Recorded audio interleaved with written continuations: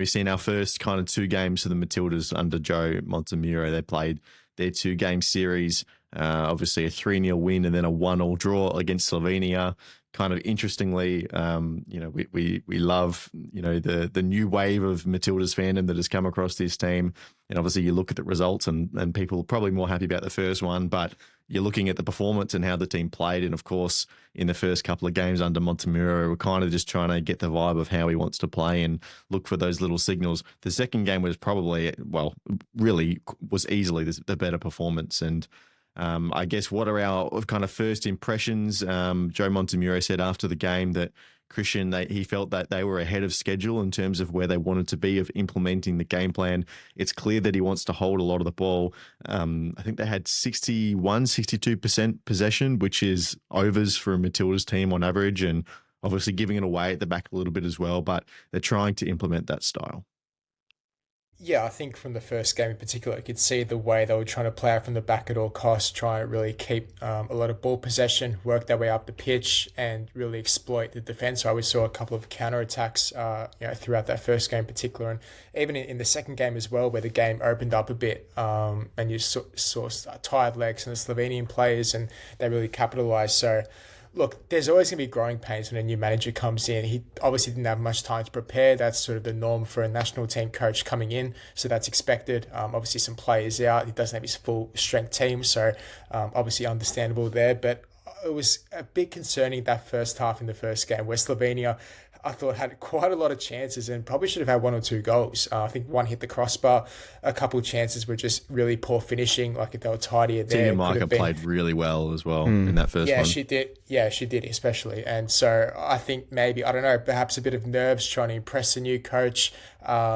But maybe a bit of too much respect shown to Slovenia as well, because it's sort of an unknown nation the Matildas have sort of come across, right, in recent years, from my memory at least. So I think all in all, I think Montemurro will take a lot of positives from it. Obviously, Michelle Heyman filling the void once again for Sam Kerr, which, who knows when she'll be back. She's been about probably never at this point, right? Like she had that new injury. Keeps dragging out. Like she had that new hamstring thing, and it's only just kind of like coming back to running. Yeah. I don't know what to make of it. Like, got Heyman, she's like mid-30s, and you've got her still starting for the national team. It's like, do we have anyone else coming through the ranks, or maybe you want to rely more on that experience? But I think obviously Montemurro will want to experiment with a couple more players, not in just the striker position, but in all areas of the pitch, to try and really get the cohesion and consistency right throughout. I thought Amy Sayer was another standout throughout, especially the first game as well. I thought her explosiveness when she dropped back to receive the ball and then just moving up on a couple of counter-attacks was really impressive. Just lacks that final bit of class in terms of that, that quality, finishing off the chances. There were a couple where I think there was one where she skied it over the crossbar, just compose herself, take a touch. But again, that's probably the nerves with a new manager, and that's, fully expected. So, a lot of positives for Montemurro to take out of it, and it's only, 2 friendlies in. And, I'm sure there's going to be a lot more preparation, a lot more friendlies before the Asian Cup kicks off next year. I think as well, like, it was funny. I was watching the first game with my dad, and he said at one point, like, this feels a little bit like Ange ball, the way they're like trying to build up from the back and hold possession. And then it hit me, like, seeing the result, and like obviously people not being so happy with the performance, but the result was good. It's like the first lesson of Ange ball is that you have to suffer first, and you have to get it wrong and have all the turnovers in the back half of the field and concede some really silly goals, which they didn't until, the last minute of the second game, to be fair to them, Jacob. But it's almost like to have that kind of philosophy in a situation the Matildas are in, where you have like 9 months of just friendlies essentially before your best opportunity to win a trophy on home soil probably ever. Right, with all the new fans that the Matildas have generated in this push for women's football and football in general, it's all about the Asian Cup. So to some respect, the fact that Slovenia were our opposition doesn't really matter. And there were some questions that Joe was being asked in the post-match about, a couple of decisions, or if this goes in, you might have got a different result in terms of, winning the game. And you could just tell by the look in his face. I was like, it doesn't matter. I think he used the old, oh, sorry, I didn't see it, I can't talk to that. But, it's like, it doesn't matter what the result is. It's all about embedding the philosophy in the team. And he reckons we're ahead of schedule of doing that. So by the time we get to the tournament in next February, when it kicks off or something like that, then they're in a position to really start worrying about the results. Yeah, I mean, what's the saying? There's no beauty without pain, and I think that you're going to have these teething issues when you're coming in and you're changing fundamentally the way that a team is playing football, and especially when it's a national team, right? And he's come in with, as Christian pointed out, very little time really to work with the squad to do anything massively meaningful. So I think that comment that he feels they're ahead of schedule is coming from a place of, he was expecting much, much worse, almost in a way, from these first couple of fixtures. Much worse. Well, no, but he's impressed with what he saw, and I think that when you do, add in that context of they've completely changed the way that they're looking to play football, and some of those comments he made about it's not just, you can't just stick with your 4-3-3 and things like that. Like, football's evolving; it's not as simple as that anymore. It's pretty clear that he's looking to try and revolutionise the way that they do things in this team, and the fact that they've been able to come out and it's not always the prettiest of things going on out there on the pitch, but like I said, you're going to have these teething issues. So the fact that you've really minimized it to them scoring one goal from it, and it's like the final minute of the second game, it's a pretty good job, all things considered. Okay, yes, they did turn the ball over quite a few times, playing out from the back. It was, just some of them were so quick. I mentioned before we started recording that, it happened before the camera had even cut back to live action. They were still playing a replay or looking at the bench or whatever. Look, there's things to tidy up there, but those are issues that just exist with trying to play out from the back, right? It's something we hear people complaining about with every team that tries it, whether it is, Ange Postecoglou, whether it's an A-League club, whether it's the Matildas, people are going to complain about it because it's different and it's new, and people are always scared of things that are different and new. And I think that, this sort of style of play epitomizes that more than anything. But no, I mean, look, Montemurro already, he seems to be saying the right things in these press conferences. And I don't think there's any denying that he's incredibly intelligent when it comes to football. He knows what he's doing. He's managed some of the best clubs in women's football, and got a lot of success, and now he's got, honestly, I'd consider it the most stressful job probably of his career, the most pressure on him right now, because like you mentioned, Lockie, there's this sort of newfound appreciation for the Matildas and what they're doing for women's sport in general. And, there's a lot of fans, you sell out wherever you go. And there's, kind of the expectation that you've got to capitalize on all of this and try and win something. So look, it's not an easy position he's been put into, but I think that, the fact that he's been able to get, 2 solid results, let's look at it as a 3-0 and a 1-0 win, right? It's a last minute equalizer in a friendly match. That's very impressive, all things considered. So no, it's definitely a bright start. I do agree with sentiments that second game, it just felt a lot more comfortable. Slovenia were allowed, I suppose, fewer large opportunities of possession and chances, whereas in that first game, like you said, Christian, the first half was kind of shaky, and just looking at some of the stats, even to start the second half, it was a little bit slow from the Matildas, and Slovenia kind of got on the front foot a little bit. But in that second game, it was really limited to those errors in possession where they turned the ball over, and it kind of, I think that sort of shows what Montemurro is going to look to do now moving forwards, right? He's going to look to control the game as much as possible, not allow the opposition many chances. They're only going to come from mistakes. So if you can just work on those little things, and that's going to come with time in implementing this new system, you're going to make fewer mistakes, and the opposition are going to have fewer chances. So no, the future definitely looks bright. I guess the important question is this a game plan that on their day, when it's done well, can, not even just go and win the Asian Cup, but then can be a competitive at a World Cup in 2027 as well, in Brazil. And Christian, this is probably like the very Pep Guardiola ruined football kind of like view of it, but it's like that kind of playing out from the back, hold the ball all the time. the best way to defend is to not let your opponent have the ball. That is kind of almost like put up on this pedestal as the ideal way to play football, that if you have the squad and the capability to do that, that's the stuff that's going to win you all the big trophies, right? So the question for the Matildas is, number one, is that true for them? And then number two, is 9 months or whatever this is, probably even less now, enough time to instill that technique in a team? Yeah, tough question. I mean, it depends on if you've got the right players at your disposal, right? And I think he's slowly starting to work that out. Obviously, being with the team a couple of times now already, he's going to get, like I said before, a lot more of his top players back into the squad to play more of his style, and then on the training pitch, adopt those principles. But I just feel as though not only Montemurro, but just most coaches around the world, right? They just feel as though like you just have to play out from the back. You have to play possession-based football, and that's sort of it.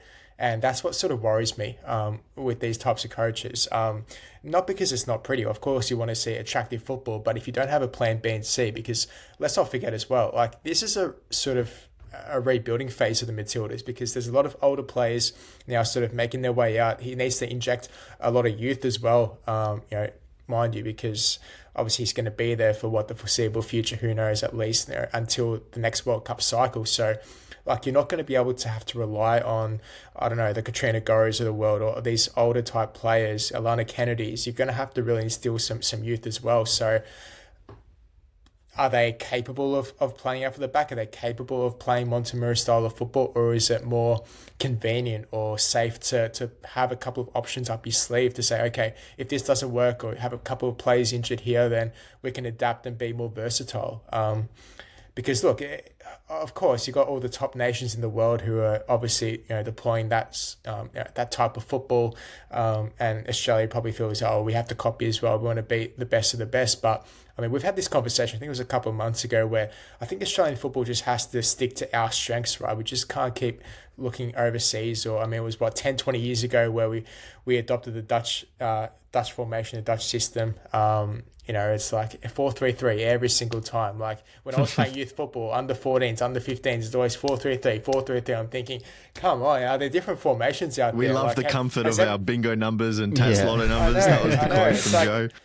It's like, has anyone played FIFA before? You can actually switch, formations. It's like, come on. It's like, you can be a bit more adventurous. And that's what, like, seriously, when I was young, I was thinking, like, surely, like, this isn't the only type of football that you can play. There's different ways of playing. So, look, as long as Montemurro has it under control and he knows his plays and what they're capable of, then I'm sure it's not going to be too much of an issue. But I think women's football is a bit different to men's football, right? I think there's a bit more room for experimentation. There's more international windows in terms of friendlies and whatnot compared to men. So I think there is a bit more, I guess, a comfort blanket there for Montemurro to explore a bit more. But yeah, at the same time, it just worries me a bit.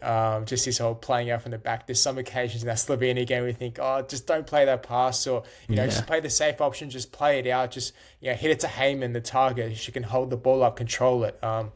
So I mean, we'll wait and see if it all works out. Yeah, I mean, one potential answer to that question is, the idea of what is Montemurro actually using these games for? Like the objective is not just to win, right? So like certainly in some situations, if you're 1-0 up in the 97th minute in 5 minutes of injury time in a World Cup semi-final and you have a goal kick, you're probably booting it long, right? But when you're in the 40th minute in a 0-0 game or whatever it was at the particular time against Slovenia, you're just playing, out of the back every single time because that's what the coach wants you to do to try and train that specific style of play.